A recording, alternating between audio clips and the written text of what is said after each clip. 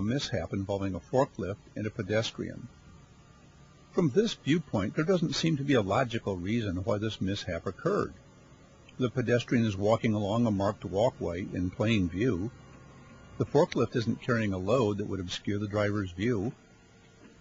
However, when the camera is set up to catch the driver's view of the same scene, all that shows up is an empty walkway, until it's too late. There are two important points to be made from this incident. One, a pedestrian can't assume the forklift driver sees him or her, and second, they can't assume a forklift is just like any other vehicle. These points are important to make because of the very large number of mishaps that occur. Tens of thousands of pedestrian injuries are caused by forklifts every year in the United States. Measured against that, there have been no reports of injuries to forklifts from running into pedestrians. To help understand why all these injuries happen, we should go back and look at the assumptions. People tend to assume that forklifts are just like other vehicles, including the one they drove to work that morning, except maybe a bit more nimble since they zip back and forth. And that implies that they aren't especially heavy. It also assumes that they steer and move like automobiles and can stop as quickly. People also assume that, like the other vehicles they're familiar with, forklift drivers can see just about everything around them. The fact that none of these assumptions are true is what gets those tens of thousands of pedestrians injured each year. Take the assumption about what forklifts weigh, for example. Even without a load, they're a lot heavier than they look. This forklift, even empty, weighs about the same as these two automobiles. To allow a forklift to carry a heavy load up front, each one has a heavy counterweight in back. On this model, the counterweight alone weighs close to the same as a small pickup truck. An electric forklift has a smaller counterweight because the battery provides part of the weight. We staged a demonstration of how heavy a forklift battery can be. They didn't even get the full weight of the battery on the back of the pickup before it started to lift the front wheels off the ground. And carrying a load, of course, forklifts are even heavier. This concentrated weight translates into much more severe injuries to pedestrians, much more than people would predict would happen if they hadn't seen the actual results. To illustrate this, we reenacted another mishap, an example of the fourth leading cause of pedestrian injuries, being pinned between a forklift and something else. The driver checked to the right, then backed out. The pedestrian was just coming out from between other forklifts. If this were to happen with a passenger car, it would be a very nasty injury. But to visualize the kind of injury from a forklift counterweight, we replaced Debbie with a turkey drumstick, and she wasn't insulted.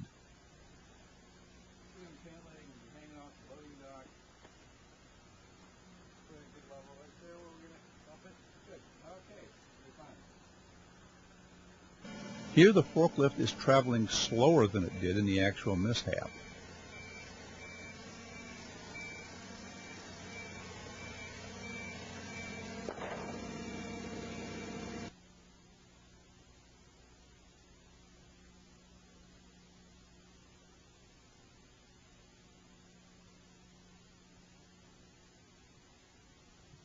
That's simply too much damage to ever heal. That's why so many pedestrians struck by forklifts have to have limbs amputated. Here's another reenactment of a pedestrian forklift mishap. This incident led to the pedestrian having their foot run over, the ninth leading cause of pedestrian injuries from forklifts.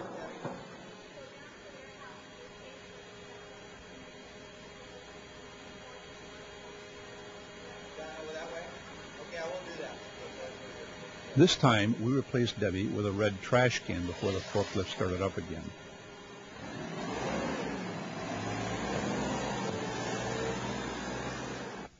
And now we'll use a pair of drumsticks to replace her feet, to show the effect of being run over by a forklift.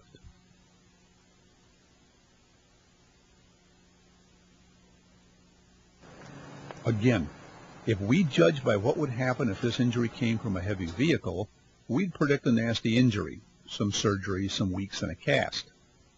But the same mishap involving a forklift?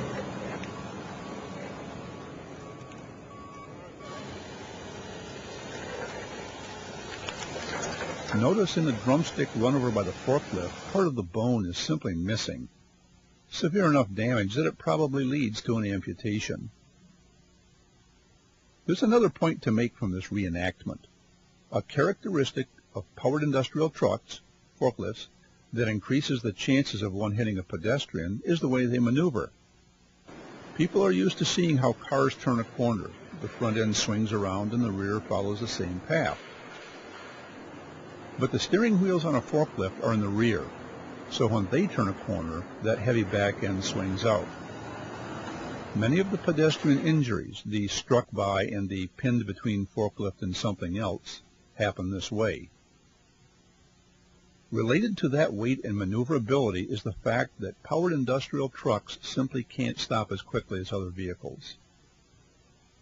Of course, these characteristics don't exist out there just by themselves. They team up with those very bad sight lines to create the severe hazard to pedestrians.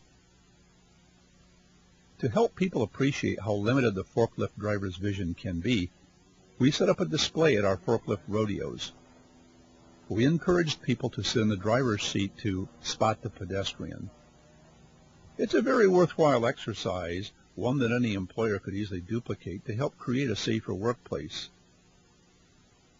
So these are some of the characteristics of forklifts that contribute to the number and severity of injuries to pedestrians in the workplace. The other causes of injuries have to do with where and how forklifts are used in the workplace. The pace of work, the repetitive nature of work,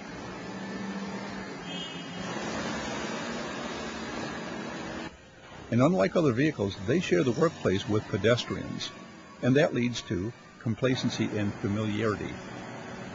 And again, pedestrians don't understand how limited the sight lines are from a forklift.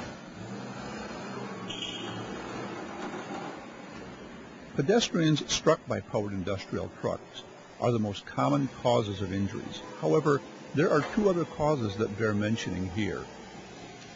Powered industrial trucks striking an object which then strikes a pedestrian. For example, knocking things off the top of a stack or knocking the whole stack over. A load fell or lowered on or pinned a pedestrian. The purpose of this presentation has been to increase people's awareness of the hazards presented by sharing the workplace with forklifts. To help translate this awareness into your own personal safety, we'll give you 5 rules to remember. Never assume the driver sees you. If you can't make eye contact with the driver, you're in a dangerous position. Keep looking around. Always look both ways. Give forklifts room, and just stay away from them. Every company is supposed to have rules for forklift drivers to follow. Protect pedestrians, enhance safety.